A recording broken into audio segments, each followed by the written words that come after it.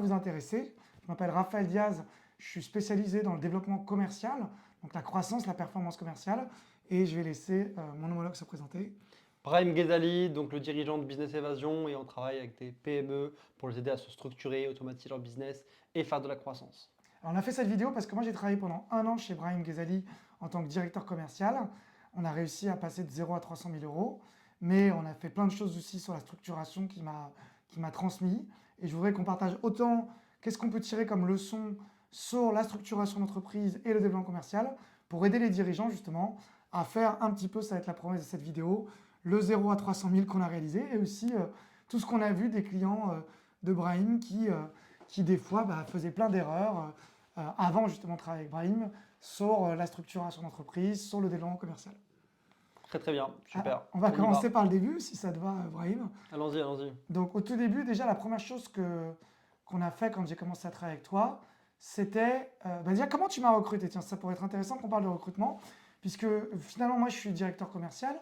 Tu m'avais partagé d'ailleurs que tu avais à l'époque un changement d'idée sur comment recruter les gens, Ouais. et ça m'avait beaucoup interpellé sur pourquoi tu m'avais contacté, parce que c'est pas moi qui avais postulé, entre guillemets, il n'y avait pas de fiche de poste. C'était Brahim qui recrutait d'une manière un peu originale. Alors, je vais expliquer un petit peu tout ça, c'est super important ce que tu dis. Alors, pour rappel, le contexte, du coup, là, je suis en train de développer mon entreprise, d'accord, donc la Business Evasion. En fait, on avait un besoin, c'est de développer le commercial, davantage faire de la croissance, augmenter le chiffre d'affaires, etc. Le point, c'est que quand tu recrutes, en fait, il y a deux manières de pouvoir le faire, principales. Tu as le recrutement plutôt à la fiche de poste, donc là vraiment profil bien spécifique sur le besoin, et il y a plutôt la partie recrutement candidature spontanée. Ok. Dans le cas de Raphaël, ce qui s'est passé, c'est que je parlais déjà avec lui parce qu'on était dans des réseaux communs de scaling d'entreprise, de développement d'entreprise, de structuration d'entreprise. Donc on était déjà dans un réseau, d'accord, de dirigeants, d'entrepreneurs, d'accord, sur lesquels on s'est rencontrés plusieurs fois. Et quand je parlais avec lui, à chaque fois c'était assez naturel. Il avait vraiment ce truc-là de bon commercial, avec le suivi, les relances naturelles.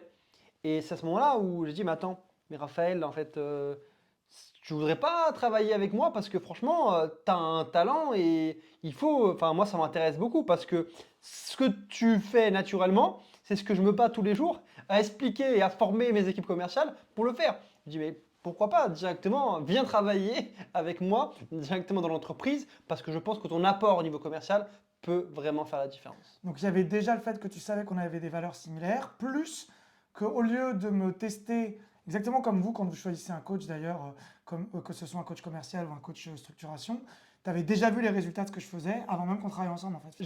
J'ai vu déjà l'effet, c'est même pas les résultats, c'est l'attitude.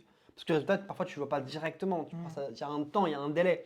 Là, en fait, j'ai vu que la posture qu'il avait, c'était ce que j'attendais, tu vois. C'était le profil parfait pour, tu vois. Et même si je ne recrutais pas à ce moment-là un directeur commercial, en fait, c'était exactement ce dont j'avais besoin. Donc, en fait, pour moi, c'était naturel et c'est pour ça qu'on en a parlé assez rapidement. D'ailleurs, on a démarré très rapidement après, dans le mois qui a suivi. Alors il y a plusieurs choses aussi sur comment on a démarré. Maintenant, on va faire chacun notre tour des compléments. Déjà, je voudrais rebondir sur, pour donner des conseils commerciaux, sur le fait qu'on sous-estime énormément ce qu'a dit Ibrahim, c'est-à-dire la relance et le suivi. C'est-à-dire que la plupart des gens croient que le commercial, et j'entends tout le temps ça, c'est juste je propose et puis la personne achète ou pas. Et en fait, il y a plein de choses sur l'avant-rendez-vous et l'après-rendez-vous. Et que ce soit avant ou après, il y a plein de processus et de méthodes à mettre en place dans la façon dont vous suivez vos clients, vous les relancez, vous leur revendez des offres, vous restez en lien, vous agrandissez votre réseau, etc. Et ça, on le sous-estime énormément. Et d'ailleurs, les gens croient que la relance, c'est juste il faut relancer ou que les gens reviendront quand ils voudront, alors qu'il y a des vraies techniques et méthodes là-dessus. Deuxième chose aussi que je voudrais dire, c'est que quand on a démarré, et on pourrait parler de négociation, il y a eu une phase en fait où Brahim avait eu peut-être des mauvaises expériences ou autres avec des commerciaux, et donc du coup avait besoin de s'assurer aussi des résultats, puisque je parlais des résultats. Et ce qu'on avait démarré, c'est qu'il me payait que au variable. Alors, en général, je ne fais pas le variable, mais dans le cadre de Brahim, j'avais vraiment déjà vu aussi de l'autre côté son talent, sa vision, sa façon de structurer les entreprises et les valeurs aussi de son entreprise. Et souvent, on sous-estime quand on travaille avec des commerciaux en pensant que effectivement, il y a le chiffre d'affaires qui va les intéresser, mais il y a aussi les valeurs d'entreprise. Et un troisième point qui est, est-ce qu'ils vont développer leurs compétences, leur façon de travailler. Et moi, dès le premier mois, j'ai fait ce pari que je ne suis payé que aux variables, mais parce que Brahim va me former. Et encore un dernier point, et après je vais laisser Brahim la parole pour rebondir sur ce que je dis, c'est que vous pensez souvent qu'être un bon commercial, ça suffit. Et moi, dès le début, j'avais dit à Brahim, oui, j'ai des compétences commerciales, mais ce qui va faire que je suis compétent chez toi, c'est de connaître ton produit et connaître ton service. Et je lui ai dit dès le début, et ça, je pense que les commerciaux qui sont surtout dans la méthode closing qu'on voit partout ailleurs, là, qui me rendent, entre guillemets, la tête grosse comme ça, ils pensent que c'est que des compétences de comment je traite les objections, comment ci, ça. Et dans le domaine technico-commercial qui est le mien, il y a est-ce que vous savez ce que vous vendez? Et la connaissance du produit ou du service, pour moi, ça fait au moins 30 à 40% de la vente. Parce que même si bien sûr on peut vendre sans connaître le produit ou le service avec des techniques de vente, le problème c'est que derrière, souvent les gens se rétractent ou sont mal engagés. Et derrière le onboarding, et moi je l'ai vu plein de fois avec des gens que j'ai formés, et bien on a des gens qui résilient, qui se rétractent, etc. Et ça vient du fait qu'on leur a mal présenté le produit parce qu'on le connaît nous-mêmes mal. Et donc le premier mois avec Brahim, j'ai passé juste mon temps, sans même faire d'appel de vente, à essayer de comprendre qu'est-ce qu'ils vendaient. Ouais, c'est très important ce qui a été dit. Je vais partager un petit peu aussi ma vision sur cette période-là. En fait, ce qu'il faut comprendre, c'est que sur ce premier mois de démarrage, effectivement, il y avait une partie au résultat. Mais en fait, ce qui s'est passé, c'était vraiment pour pouvoir s'imprégner du produit. Après, il y avait aussi une activité à côté. Donc, en fait, l'idée, c'était d'y aller, on va dire, pas forcément à temps plein dès le début, d'y aller progressivement et de pouvoir comprendre le produit pour déjà s'assurer que ça peut matcher au niveau de vraiment de la vision, mais aussi vraiment du produit, de est-ce que est-ce qu'il comprend bien le produit? Est-ce qu'il arrive à le transmettre? Bref. Et dès le deuxième mois, on s'est mis d'accord assez rapidement pour la partie fixe qui a été mise en place assez rapidement. Pour moi, c'est très important d'en parler parce qu'il y a beaucoup de personnes qui disent ouais, mais moi je vais te payer qu'au résultat, je vais te payer qu'au pourcentage, etc. Ça ne marche pas. En fait, ce qui s'est passé, c'est qu'il n'était pas encore à temps plein. On a commencé avec de l'apport d'affaires. En fait, commercial, pourcentage avec l'apport d'affaires.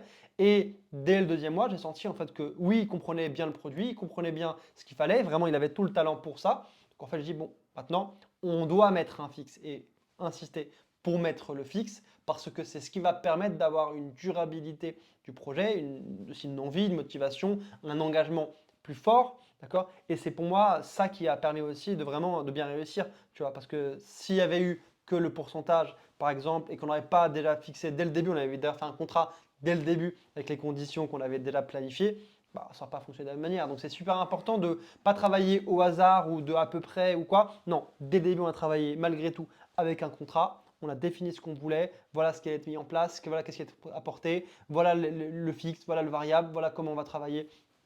Tous les éléments, c'est important. Et ça, c'est justement ce dont je parle à chaque fois. C'est la partie process structurée, vraiment le travail, l'échange, d'accord, dès le démarrage. Et ça, souvent quand on parle des commerciaux, il y a cette idée fixe ou variable, et on peut vendre aussi sur le fixe et sur le variable. Et c'est très important ce que dit Brahim, c'est-à-dire que moi souvent j'ai des propositions des fois que je refuse où la personne me dit je vais te payer que au variable.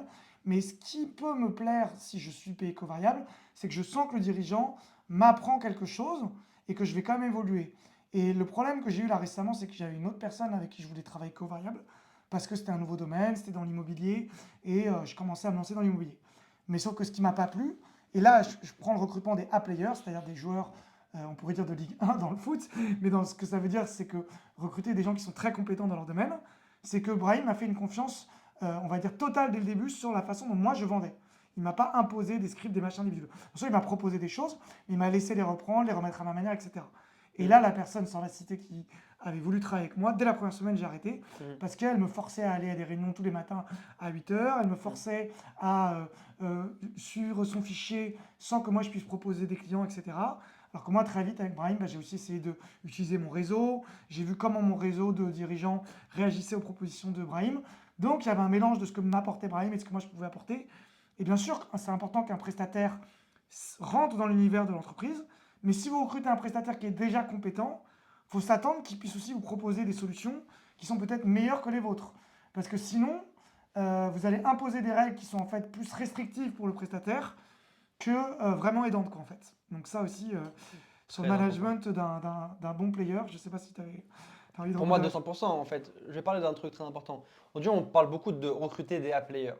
Quand on recrute des A-players, par exemple, comme Raphaël, qui est vraiment au top dans son domaine, en fait, ce qui se passe, c'est que parfois, on a le réflexe de vouloir qu'ils travaillent à notre manière. Quand on a commencé, je partage évidemment le produit, tout ce qu'on voulait vendre, vraiment notre méthodologie. C'est vrai, ok. Par contre, on a quand même laissé une liberté et de la flexibilité pour que tu puisses travailler à ta manière avec une condition à chaque fois, process. Ok, tu veux faire quelque chose? Juste tu définis ton process pour que ce soit reproductible, pour qu'on puisse voir, tiens, attention, là c'est bien, là c'est pas bien. Parce que forcément, nous on avait une expérience déjà dans le domaine, ok? Et le point c'est que en ayant lui sa compétence, son talent, enfin, voilà, ses capacités et son expérience sur le domaine du commercial, de l'autre côté, notre expérience sur le domaine avec des dirigeants qu'on avait déjà l'habitude de travailler, en fait, il y a eu quand même dire, une connexion, une liaison pour dire, OK, qu'est-ce que nous, on peut améliorer, qu'est-ce qu'on fait mal et qu'on pourrait améliorer, et vice-versa, pour faire en sorte que le process qui a été créé par le travail de Raphaël soit vraiment du coup minutieux, détaillé et qui apporte du coup du résultat, du chiffre d'affaires, du business, des nouveaux clients, des prospects. Et après, je vais en parler un petit peu aussi de l'importance de choisir ses prospects, parce que c'est ce qui arrivait juste avant après. C'est très important pour moi de constamment comprendre que la valeur du business, c'est aussi de bien choisir ses clients, de bien choisir ses prospects.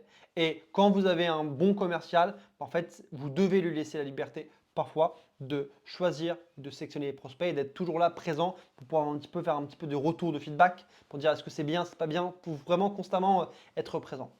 Bah, sur cette partie-là, les commerciaux que je vois débutants ou même les entrepreneurs dirigeants débutants, dans le côté commercial, ils vont vous dire un discours qui pour moi est illuminatoire, parce qu'on parle de l'état d'esprit aussi, variable ou fixe, mais il y a l'état d'esprit. Et effectivement, quelqu'un qui ne comprend pas qu'il est challengé sur le résultat en tant que commercial, pour moi, il ne faut pas le garder. Et souvent, vous allez avoir les commerciaux débutants ou qui sont pas bons qui vont remettre en question effectivement le fait que ou le marketing selon eux est mal fait ou que les prospects sont difficiles, etc. Donc moi, je suis pas contre qu'un commercial critique les prospects, mais de manière constructive. Qu'est-ce que ça veut dire?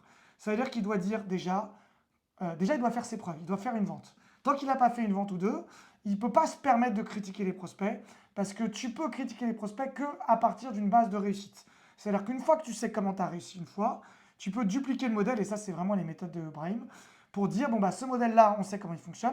Donc le but, c'est d'avoir des prospects qui ressemblent à ce premier prospect.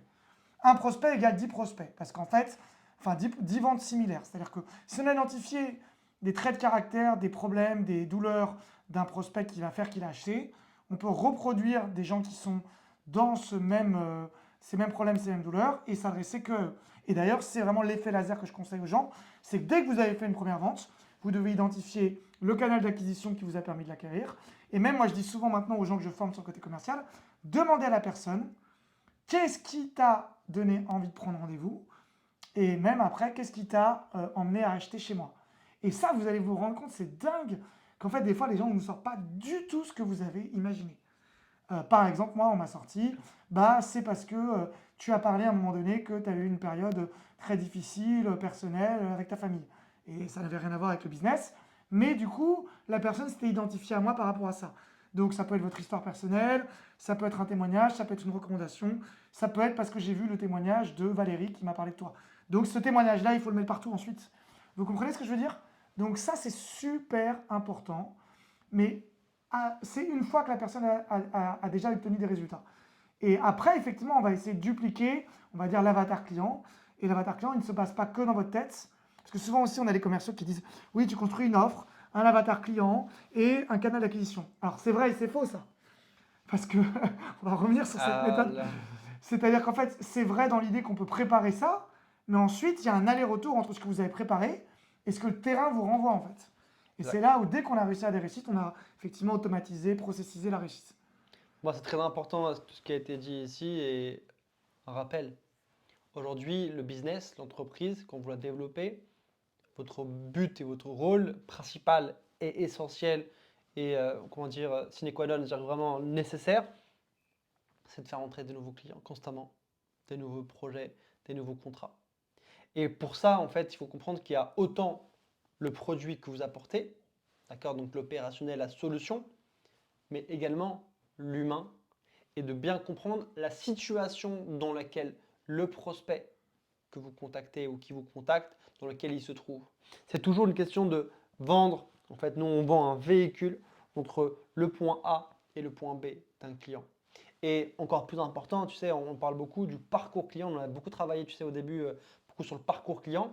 Le parcours client aussi rentre en jeu directement parce que le parcours client, qu'est-ce qu'il te dit? Il te dit, OK, mon client, je veux lui vendre un certain produit, ou je veux maximiser mon panier moyen ou mon gain par client, et ben, je vais l'emmener du point A au point B, puis après du point B jusqu'au point C, puis du point C jusqu'au point D. Il y a vraiment tout un chemin à aller chercher. C'est pour ça que ça passe par la qualité du commercial, la relation, le suivi, avant, pendant et après signature.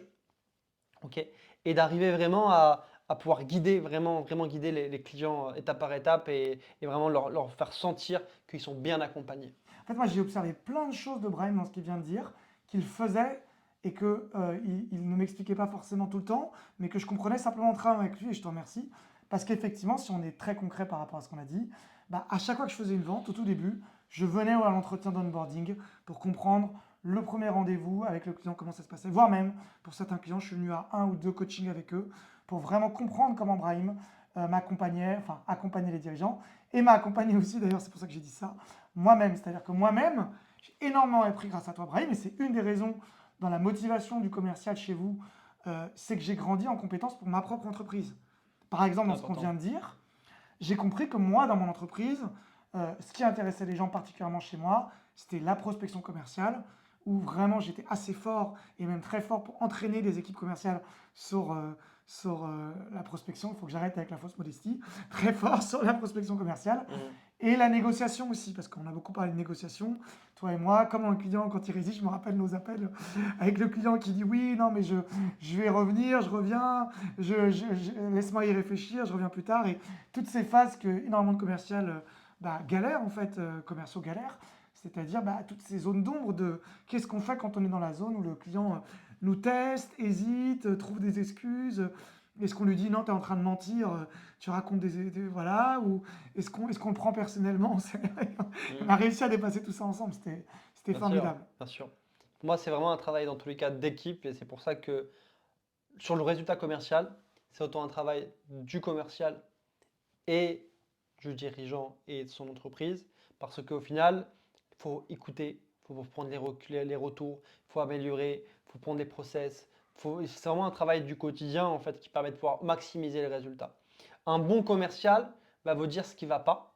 Votre rôle, un bon dirigeant va comprendre et va identifier ce qui est intéressant, modifier ou pas dans le processus. Et c'est vraiment le travail en commun qui va apporter les meilleurs résultats. C'est vraiment ça.